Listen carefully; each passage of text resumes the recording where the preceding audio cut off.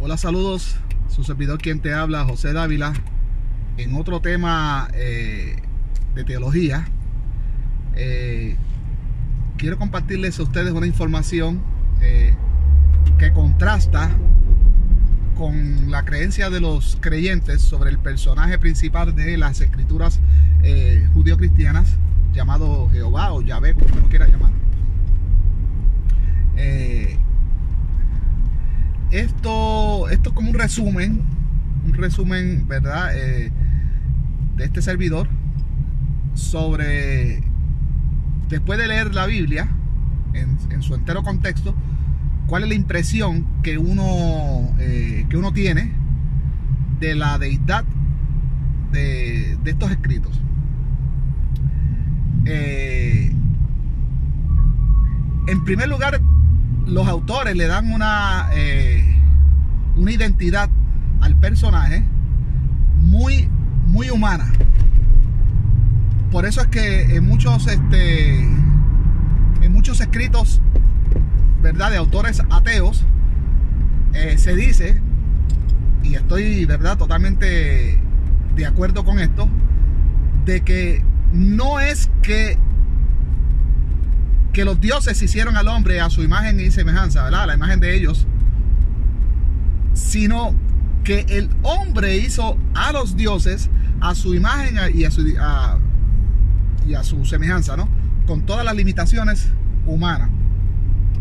Y en este video les voy a mostrar a ustedes, quizás en algunas ocasiones con versículos. Bueno, creo que solo tengo un versículo nada más, y en otras pues con leyendas de la misma mitología judío-cristiana, que usted va a saber que lo que hablo es cierto, y no va a necesitar versículos para entender que el personaje de Yahvé tiene limitaciones humanas, que no es nada de omnisciente, ni todopoderoso, ni creador de nada, ni nada. Los mismos autores de la Tanaj, de la Biblia hebrea, le dan estos atributos humanos al personaje Yahvé. Esto no es que nos los inventamos nosotros, los mismos autores. Y esto comienza desde el principio, ¿no? Cuando los dioses, como sale, ¿verdad? Como los autores nos presentan esto en el original hebreo, los dioses crean el jardín del Edén y empiezan, primero, la deidad Yahvé no tiene el poder para poder saber las necesidades del hombre. Y primero crea al hombre solo y le pone como ayuda idónea a los animales. Y aquí vemos que desde el principio los autores comparan a la mujer con los animales, ya que la ayuda idónea es, al principio son los animales, pero luego se da cuenta, como igual que cualquier humano que comete un error y se da cuenta, ya ve de que no era la ayuda idónea que necesitaba el hombre, y crea a la mujer. Y esta no es la primera vez que los autores comparan a la mujer con los animales.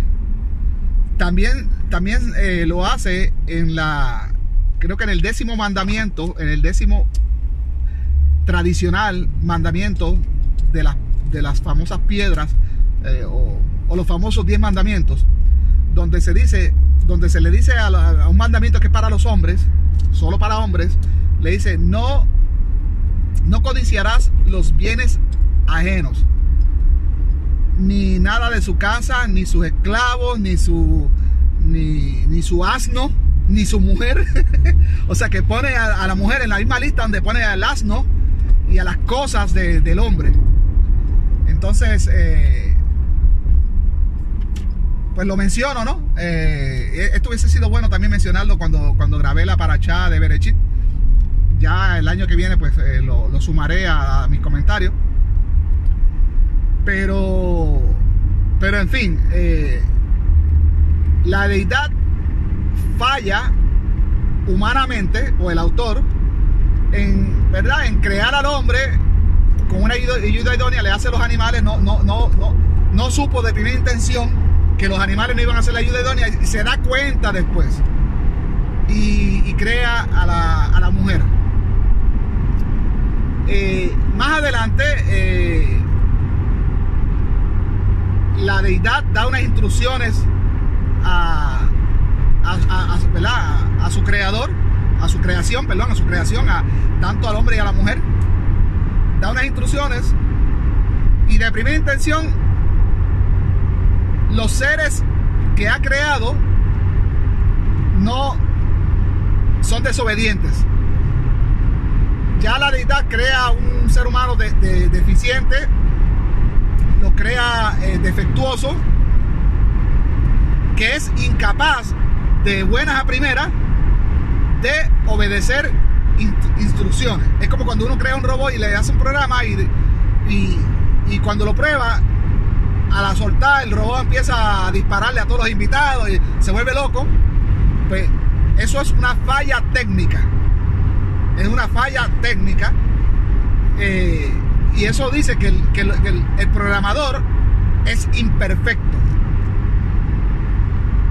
Así tal para cual, ¿no? Posteriormente a eso, vemos que la humanidad que ha creado es muy pecadora, que de hecho no se sabe, eso creo que sí lo mencioné en la Parashá Bereshit, no se sabe de qué pecados está hablando, porque todavía no hay una ley, pero en fin, ya lo juzga a esa humanidad como pecadora, como que defectuosa, como que no sirvió, y dice, me arrepiento, porque entonces hay una conversación entre la deidad, entre Jehová y el personaje Noé. Y Yahvé, ¿verdad? O Jehová le dice a Noé, como si fuera un amigo, me he arrepentido, me arrepiento de haber hecho todo. Salieron defectuosos, no sirven. Pues ya estas son características humanas de un mal programador, de alguien que no sabe hacer las cosas bien de primera intención. Y esos son los atributos que le da el autor o los autores a la deidad Yahvé. Pues se arrepiente de haberlos hecho, los destruye, supuestamente deja a Noé y a su familia, que son los que hallaron, los que él halló, como que eran buenos, como que servían. Y déjeme decirle una cosa, que la creación de Yahvé pasó por un sistema de calidad que el mismo autor lo dice. Si usted mira los 7 días donde, 6 días, porque el séptimo día descansó, los 6 días donde Yahvé y Jehová está creando cosas, según el mito, él hacía algo y después decía, y Yahvé vio que era bueno, y llegó el día y la noche, día segundo. Hizo las estrellas, el sol, y vio Yahvé que era bueno, y hizo al hombre, y vio que era bueno, o sea que de primera intención el mismo Yahvé es lo que se llama en la fábrica, la factoría, un quality control, un QA, un QC, o quality assurance, ¿verdad? Que es la palabra de QA.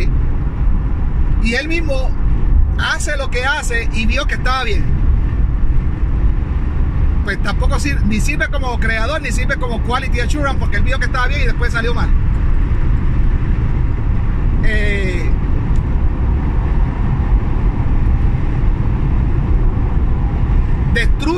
Destruye la creación, lo que había creado, porque no servía. El hombre le salió defectuoso. Y después de Noé, la generación que sale después sale peor.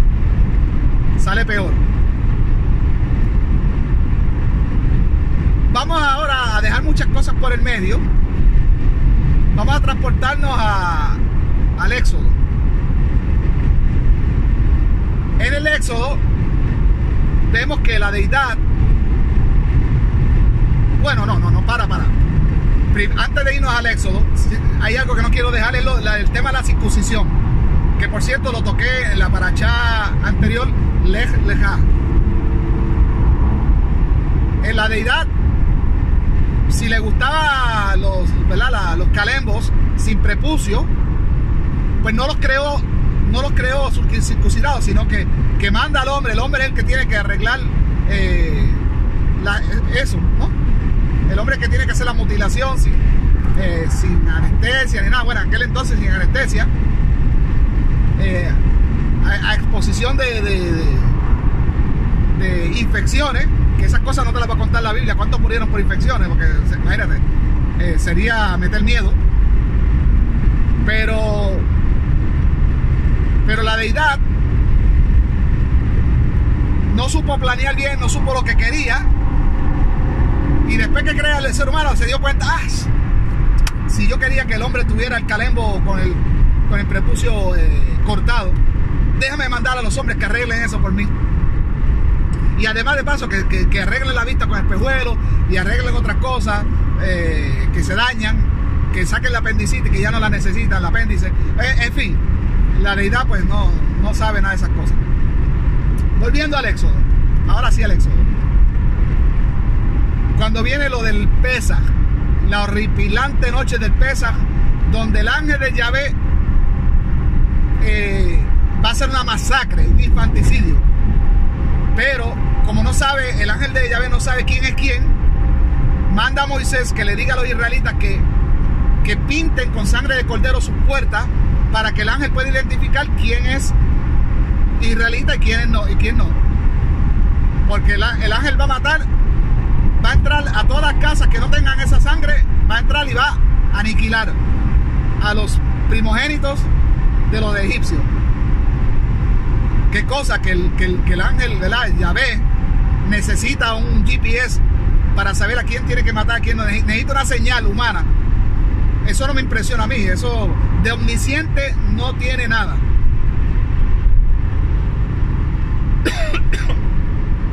Por otro lado, vemos ya son en la verdad, me parece que en el libro de Samuel, o no sé si en el mismo libro de Éxodo, donde por un lado dice que Jehová va a pelear con Amalek de generación en generación. O sea que Jehová no puede aniquilar a Amalek de un intento. Necesita muchos rounds, como el boxeo. Necesita muchas generaciones para poderlo vencer. Otra cosa es la tierra prometida. Una tierra prometida. A mí me impresionaría que Yahvé le diera, o Jehová, aún en nuestros días, o cualquier deidad, le diga a un pueblo: mire, ustedes yo he hallado gracia en ustedes, les voy a dar la tierra prometida, se las voy a crear así como dice que creó el jardín del Edén en la Biblia, ¿no? Una cosa mágica, se las entrego, vayan, es suya, vayan allí, es suya. Pero no, aquí una tierra prometida donde el mismo pueblo tiene que guerrear para ganársela. Si pueden, si ganan la guerra, se lo ganan. Si no, pues no. Y igual que la ganan, la pierden, porque si no son fuertes, vienen los babilonios y se la quitan, vienen los persas, se la quitan, después los griegos se la quitan y los romanos los sacan para el carajo. Entonces es una cosa que se cae de la mata, ¿no? Cuando uno analiza el texto completo en todo su contexto, uno dice, bueno, pues ¿qué Dios es este? Es más, es que los mismos autores le daban tanto atributo limitante al personaje Yahvé. Mire, vaya a Jueces 1.19 ahora mismo, abre tu Biblia, ve a Jueces 1.19 y léete lo que dice ahí. Léete lo que dice ahí. Te voy a esperar. Abre tu Biblia, lee Jueces 1.19. Si no tienes Biblia, ábrete una ventana, abre Google, escribe Jueces 1.19 y léete lo que dice ahí.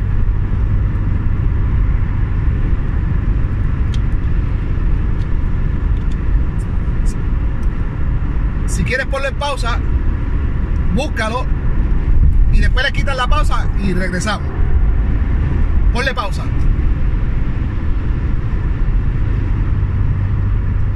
Bueno, asumiendo que ya le diste pausa, que buscaste el versículo, pues regresamos entonces. Lo leíste, ¿verdad? ¿Qué dice?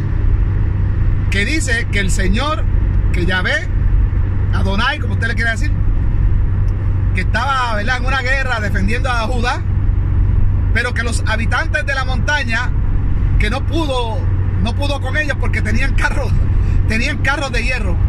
Wow, o sea que Yahvé tenía limitaciones con los carros de hierro. Ahí ya yo no puedo ya. Ahí ya no. Hasta ahí Jehová. Y es obvio, sí, Jehová. Cuando vemos la historia, porque una cosa es la mitología y una cosa es la realidad. Cuando vemos la historia, independientemente de la creencia de los judíos, la creencia de los judíos a nivel del Mediterráneo era la más débil. Cada uno de los territorios del Mediterráneo tenían un dios nacional, un dios que los devotos seguían, con distintas mitologías. Muchos de ellos eran creadores, otros eran hijos de creadores, pero por ahí estaban, eran poderosos, y los seguidores de estos dioses les seguían. Por ejemplo, Nabucodonosor, pues era un seguidor de Marduk, y ya usted sabe cómo sometieron a los judíos. Y los judíos en aquel entonces, los judíos que fueron sometidos por Nabucodonosor, la arqueología ha determinado que eran politeístas, que no había un culto centralizado como lo hubo después con el inicio del judaísmo que llegó a nosotros con Yahvé. Pues no pudieron con los babilonios, fueron presas fácil, ¿verdad?, ante los babilonios. Después vino Ciro de Persia, adorador de Ahura Mazda, el dios todopoderoso de los persas. Igual no pudieron, sometidos ahí. Era un pueblo sometido, así como los mayas lo fueron para los españoles, los aztecas. Después vinieron los griegos, Alejandro Magno, un fiel adorador de Zeus. Eso sí que tenían carros de hierro, tenían catapultas, yo creo que ya tenían ya, o no sé si las catapultas eran ya específicamente de los romanos, pero yo creo que como que hay vestigios que los griegos usaban algo similar. Usaban flechas con fuego, con brea, tenían un ejército naval. Es bueno que vean esos documentales de cómo los griegos tenían puertos con ejércitos navales, cómo tenían en las puntas de los barcos tenían unas cosas de hierro que era para chocar a los otros barcos enemigos y destruir ¿verdad? Destruir el barco, ¿no?, opositor, y hundirlo. También tenían flechas, bolas de brea y bueno. Pues, los judíos no pudieron contra eso. Sometidos otra vez. De hecho, es que ni guerrearon con ellos. La única vez que guerrearon con ellos no fue con todo el ejército griego, sino ya el ejército griego se había fragmentado entre los 4 generales de Alejandro Magno, cuando Alejandro Magno murió, y sus 4 generales heredaron distintos territorios. El territorio que correspondía a Judea pasó a Ptolomeo, pero para el tiempo de la revolución de los macabeos era Antíoco Epífanes era el gobernante de esa área, y temporalmente los judíos por primera vez lograron una independencia, pero bien corta. No, el sabor a victoria no duró mucho, porque llega Pompeyo a la escena histórica, ¿verdad?, judía otra vez, y posteriormente pues vuelven otra vez los judíos a pasar a ser sometidos al gran imperio romano, que es el imperio más grande de todos los tiempos. Y ya saben que fueron los romanos los que se cansaron de esas revueltas judías, los aplastaron como si nada, destruyeron el templo de Jehová, y posteriormente los declararon enemigos del imperio, y los judíos siempre fueron perseguidos donde quiera que estaban, en la diáspora, en Judea donde quiera que estaban fueron perseguidos por el imperio, después de la caída del imperio por Roma, por el Vaticano, por la Iglesia Católica, expulsados de España. Como ustedes saben, en 1492 fueron expulsados de España. No los querían en ningún lado. Todavía hasta nuestros tiempos, cuando pasó lo de la Shoah, ¿no? el Holocausto, igual, siempre fueron débiles, siempre fueron sometidos, ¿no? Entonces, hoy en día, en un tiempo que estamos en la época nuclear, Israel alardea de poderío.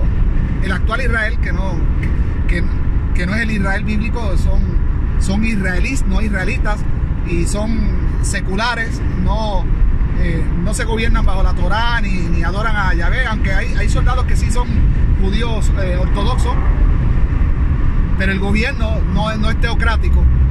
Y de la manera en que llegaron ahí ¿verdad? Los israelíes a hacer un estado fue por mayoría de votos, y fueron impulsados, ayudados por su Dios de ahora, Estados Unidos. Israel goza de un gran aliado, y por eso es que se pasa amedrentando y alardeando de poder, porque tiene Estados Unidos de su lado. Pero sin Estados Unidos, Israel no es nadie. Israel cae fácil ante Rusia, inclusive hasta Irán.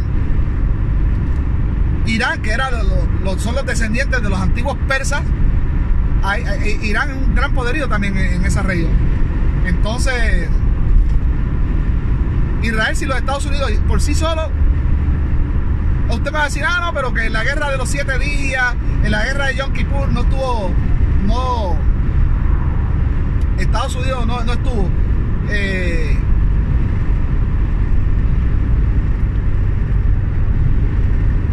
Esos son batallas y no fueron guerras, y se utilizó mucha astucia, por lo menos en la guerra de los 7 días se utilizó mucha astucia, y cogieron y destruyeron los aeropuertos de los egipcios antes que los aviones despegaran. O sea, que si los dejan despegar ya se jode. Eso fue una estrategia que dijeron, es como único podemos sacarle carrera al ejército egipcio.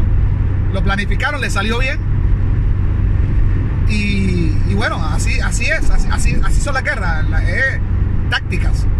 Igual los negocios, la guerra, todo lo que tú haces, si tú tienes una buena estrategia y la empleas, pues tienes gran oportunidad de que te salga. Y fue lo que pasó. Ellos anularon el ejército aéreo de los egipcios y no pudieron hacer nada.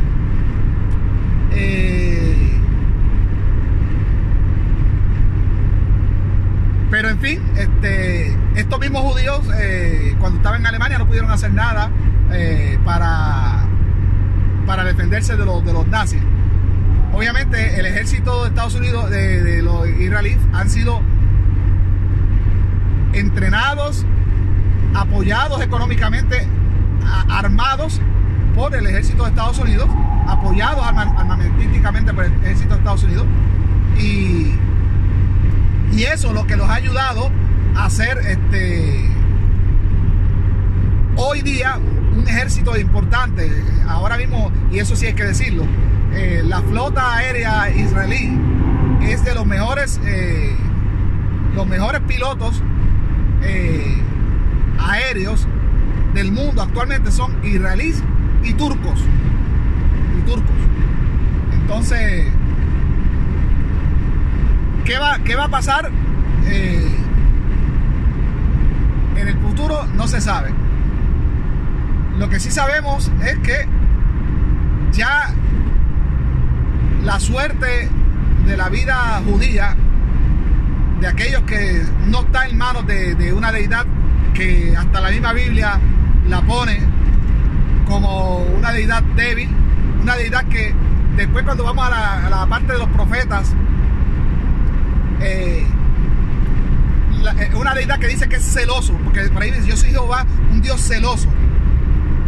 Celoso es equivalente a envidia. tiene un atributo de envidia, de envidioso, de que no puede tolerar de que sus devotos, y eso es cuestión de los sacerdotes. Los afectados a todo esto son los sacerdotes. Ellos son los que escriben esto, de que Dios es celoso. Los celosos son ellos, porque no aguantan de que otros cultos, otros dioses tengan mejor. Es como si yo tengo un negocio, no me va bien, y veo que a los otros, que la gente que me compraba a mí ahora se fue a comprarle a la competencia. Eso me va a dar envidia, me va a molestar, me va a dar ira. Eso es lo que le pasaba a los sacerdotes, y lo plasman por escrito como que es la deidad, y le dan ese atributo humano a ese Dios, que es un Dios celoso, y es un Dios que tiene que ir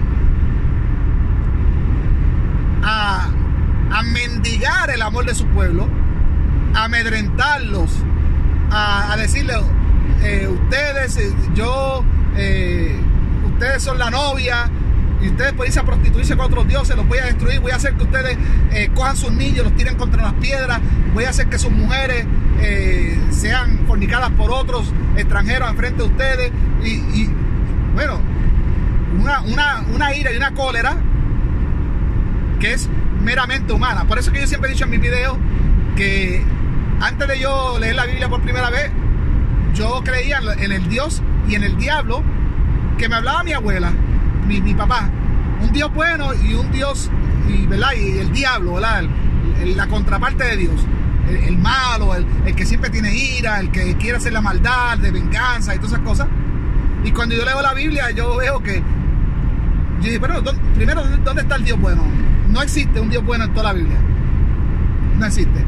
Entonces, el que existe, el tal Yahvé, es el que reúne todas las cualidades del Satanás, del diablo, que mi abuela me hablaba sin saber, porque mi abuela tampoco leía la Biblia, pero como eso era lo que heredaban de tradición a tradición, pues cuando yo leo la Biblia, ese supuesto Dios, Yahvé, es el que encaja en el perfil perfecto del diablo que me hablaba mi abuela, mis antepasados. Un Dios celoso, un Dios envidioso, un Dios iracundo, un Dios de venganza. Y después cuando vamos al cristianismo, que pasamos a los escritos cristianos, pues ya ahí habla de otro, ese es otro Dios, ese no tiene que ver con Jehová, pero es un Dios que te ama, supuestamente en el Nuevo Testamento, pero lo amas si tú lo amas a Él. Si no, te tiene preparado un lago de azufre ardiente donde va a estar el crujir de dientes por toda la eternidad. O sea que igual volvemos a las amenazas: o me quiere o vas a tener una terrible tortura eterna. Bueno, así fue que se hicieron las conversiones: o aceptas el cristianismo o te matamos. Aquí te lo ponen peor que la muerte, te ponen una tortura eterna. Tienes que amar a este Dios, tienes que obedecerlo, o si no vas a tener una condena eterna. Entonces es un Dios que por sí mismo no puede ayudarte, no tiene el poder de que tú seas obediente, sino que la única manera, el único intento, porque no es ni la manera, porque es que ni aún con las amenazas, el pueblo nunca se dejó amedrentar. El pueblo siempre ha seguido, y los sacerdotes encojonados, y vamos a escribir algo para meterle más miedo de que Dios está enojado, de que los va a castigar, bla, bla, bla. Pero el pueblo siempre siguió así hasta hoy en día. Los judíos de hoy en día no guardan los 613 mandamientos. Ellos guardan uno que otro, de los que se pueden cumplir hoy en día, y fuera de Israel. Pero eso no guarda los mandamientos. Entonces, y ellos lo saben, y por eso están tranquilos, viven tranquilos. Y no, ¿por qué? Porque ya no hay nadie que te vaya a apedrear, ya no hay nadie que te vaya... Entonces, en el fondo de sus corazones, ellos saben que no les va a pasar las amenazas. Mire, si usted lee Deuteronomio, me parece que es 28 o 29, creo que es 28, Devarim 28. Yo conozco eso como el libro de las amenazas, de las maldiciones. Ahí Yahvé te dice que si tú no lo obedeces, que las mujeres van a ser estériles, que no vas a producir en el campo, bueno, una maldición, unas amenazas. Es el libro de las amenazas. El pueblo judío sabe que eso no es real, que eso solo está en tinta y papel y que ahí se queda. En el mundo real los judíos siguen teniendo hijos, no importa si siguen eso o no lo siguen. Si siembran, siguen sembrando y siguen cosechando, y que si no cosechan no tiene que ver con la maldición, sino con algún otro factor externo. Ya el pueblo judío sabe que esas maldiciones no tienen efecto en la vida real. Lo saben. Igual que el resto de amenazas que hacen los supuestos profetas, el pueblo judío sabe que eso no tiene efecto en la vida real del ser humano.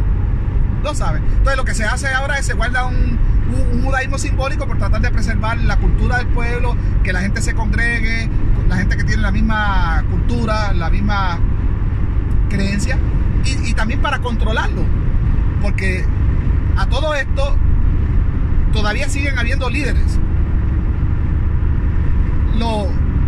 Los líderes de estas congregaciones tienen que ir allá a una yeshivá allá en Jerusalén y les enseñan cómo manipular, y tienen que seguir unos dogmas. Hay un control total sobre la vida de esas personas, y de eso podemos hablar en otro video. De qué manera es controlada la vida peculiar de estas personas. Estas personas viven como en una jaula. Por ahí hay un refrán de un sabio, o un decir, ¿no?, que dice que el pájaro que vive toda su vida en jaula piensa que volar es algo malo. Y es así. De esa manera se controla la gente. Esa gente pensando, con esos mandamientos del Talmud y de sus líderes, ellos piensan que si se mueven un poquito para la izquierda ya están haciendo algo malo, si se mueven un poquito para la derecha es algo malo. Su vida es de miedo, son ajenos a la realidad, y solo son como 7 millones de personas que están en eso, porque son 14 millones de judíos según los últimos censos, y solo la mitad son practicantes, son religiosos. La otra mitad es secular. Son ateos o no religiosos. Pueden ser creyentes pero no religiosos, y que es casi lo mismo que ser ateo. Lo único que les falta un poquito, auditar un poquito más su creencia. Pero esos 7 millones de judíos viven en esa jaula, viven en esa esclavitud intelectual, donde piensan que trabajar en sábado, por ejemplo, que es malo.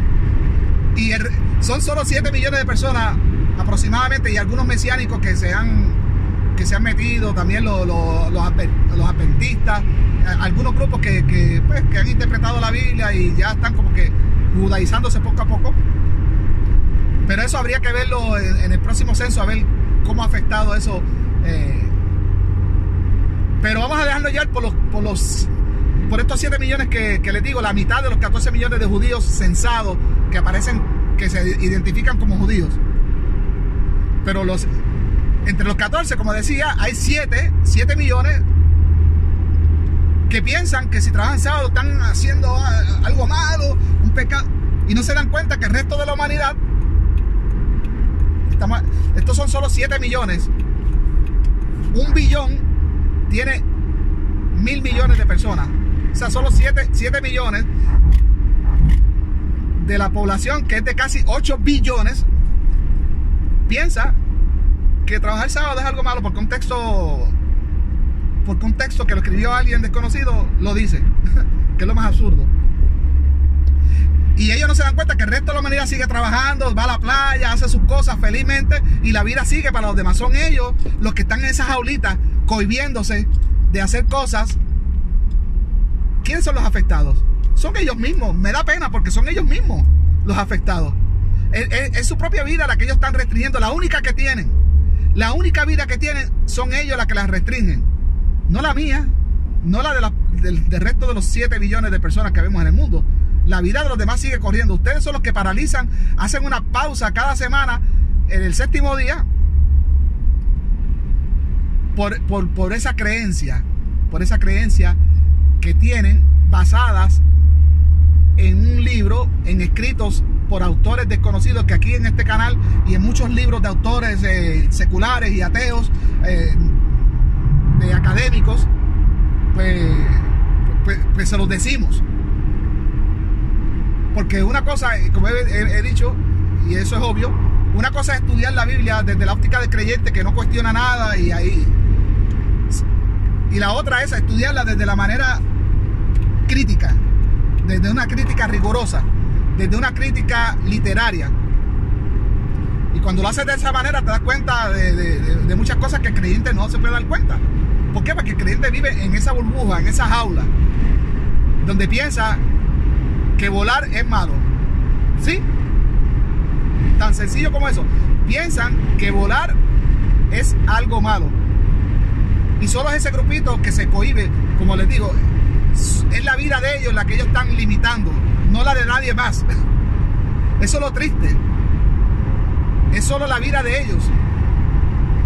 Miren, yo no voy a mencionar el nombre de un rabino de aquí de Nueva York, pero hace como 4 o 5 años, y es algo triste, por eso no voy a mencionar el nombre de este rabino, porque usted lo puede buscar por Google. Por esta creencia, él perdió todos sus hijos. Bueno, creo que sobrevivió como una niña o dos. Él tenía varios hijos. Pero por la creencia del Shabbat, de que no se puede prender fuego y dejaba las cosas calentando desde el día anterior, tú sabes, porque ya una vez lo prendes, pues si lo prendes antes del Shabbat, pues lo puedes dejar prendido todo el día. La cuestión es no tocarlo, no encenderlo. Miren qué creencia. Y aparentemente la comida se sobrecalentó durante la noche y se incendió la casa. El rabino estaba en un servicio, estaba por otro lado dando una conferencia o estudiando. Era algo sobre la religión. Él no estaba presente en la casa. Se originó un incendio donde quedaron atrapados toda su familia. Y creo que, bueno, no sé si fue la madre y una de las hijas que pudieron salvarse, pero el resto murieron como 5 o 6 niños. Usted sabe, como les acabo de decir, todas estas creencias a quienes les afectan es usted. Si este rabino me está viendo o se convenciera de que toda su creencia es algo absurdo, es algo que si se convenciera de lo que nos hemos convencido millones y millones de personas a través del mundo, que nuestras creencias ancestrales eran creencias mitológicas, eran creencias que son absurdas de por sí, yo creo que ese hombre se pegaría a un tiro. Yo creo que ese hombre, y como él hay muchos,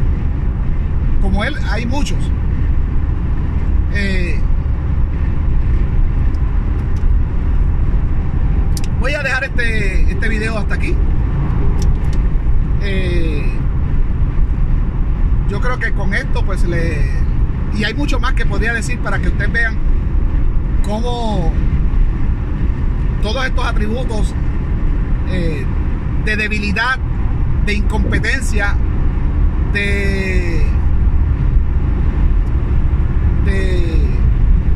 primero de intolerancia, de misoginia, de machismo, de escasez de poder para poder predecir el futuro,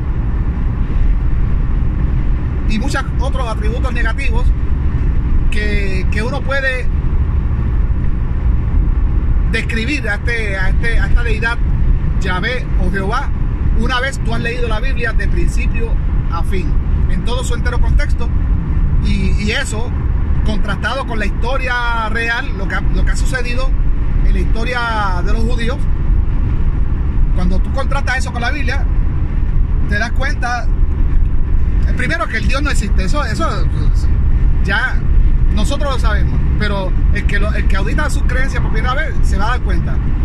Y segundo, que se va a dar cuenta que los autores mismos le han dado unos atributos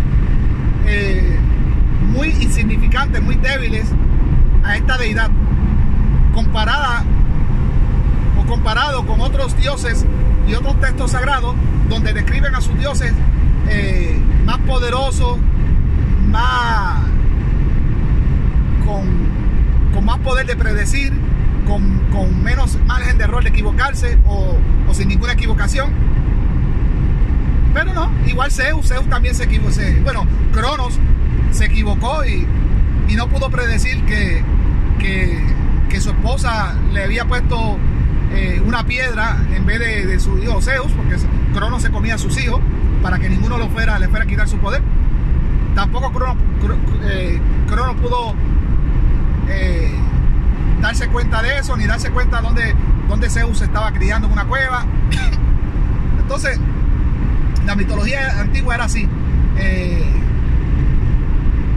Los autores le daban muchos atributos humanos a sus personajes, los cuales hoy les llamamos dioses. Aquí cierro este tema. En este canal, con todo el contenido que yo he puesto y que seguiré poniendo, si una persona logra ver mis videos, logra acceder a mis argumentos y logra darme el beneficio de la razón, si la persona que me está viendo dice, coño, José tiene razón, no puedo debatirlo, no puedo decirle no tiene razón. Perdón. Yo estoy seguro que lo que yo estoy diciendo aquí tengo la razón. No les estoy mintiendo, las cosas que le he dicho de la Biblia son así como están. Y las conclusiones que tenemos que llegar son esas, no otras. Si usted quiere llegar a otras porque usted es ciego o ciega o porque el secuestro intelectual es tan grande que no le permite ver las cosas de otra manera, sino de la manera de los dogmas que ustedes le han puesto a través de los años. Pero si usted es una persona objetiva, se verá obligado a decir, José tiene razón. Y es que yo sé que tengo la razón. Y a la larga, si ustedes ven todos mis argumentos, todos mis videos, se supone que por gravedad usted deje de creer en esas cosas absurdas. Estos son videos, esto es un esfuerzo para ayudarles a ustedes a ver, a auditar su creencia de una manera como usted quizás nunca lo ha hecho, poniendo el argumento como quizás usted no lo ha escuchado, porque si usted ha estado siempre en las aulas, lo que escucha son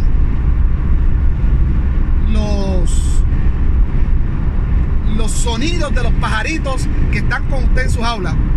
No escucha los pajaritos que vuelan, no escucha los comentarios de los pajaritos que vuelan, los pajaritos que son libres.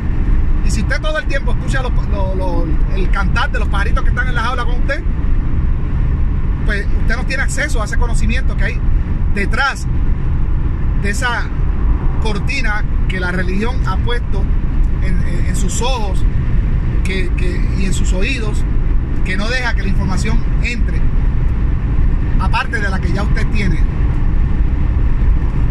Así que si le gusta este video, denle like, suscríbase a mi canal, active la campanita para que reciba notificaciones de nuevas entregas que estaré haciendo. Y saludos, se les quiere. Estos videos son hechos con la mejor intención de aportar el conocimiento que tiene este servidor en las escrituras judío-cristianas, en la vida judío-cristiana, para aquellos que quedaron atrás, a las personas que dejé atrás de mi familia, amistades, gente que quiero, a todos los quiero. Déjeme decir una cosa, tanto a mis familiares como amigos, a la gente que yo intento llegar con estos videos, son gente que quiero.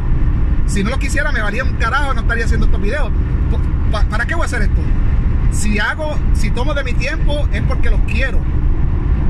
Amigos y familiares los tengo como en un mismo lugar en mi corazón. Son gente que quiero, que me interesa. Y por eso hago estos videos. No es con ninguna mala intención, es porque los quiero, los amo. Son gente que amo, que quiero, que aprecio. Así que si tú estás viendo este video es porque te quiero, te aprecio. Eres mi amigo, mi familiar. Son personas que tengo en mi corazón.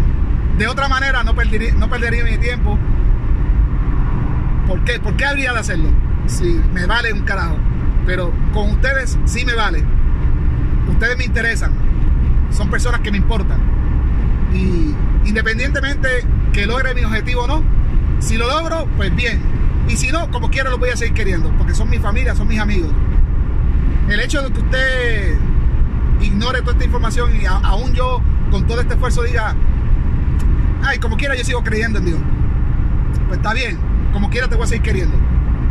Como quiera te voy a seguir queriendo, porque eres mi amigo, eres mi familiar. Probablemente sea hasta uno de mis hijos que tropiece con este video en un futuro. Te amo, te quiero, no importa. Yo me voy a quedar con la conciencia de que fui ético en compartir esta información y estos pensamientos contigo. Eso es lo importante. Así que con eso quiero cerrar este video diciéndole que los aprecio y que todo este video es hecho con la mejor de mis intenciones. Nada más. Saludos.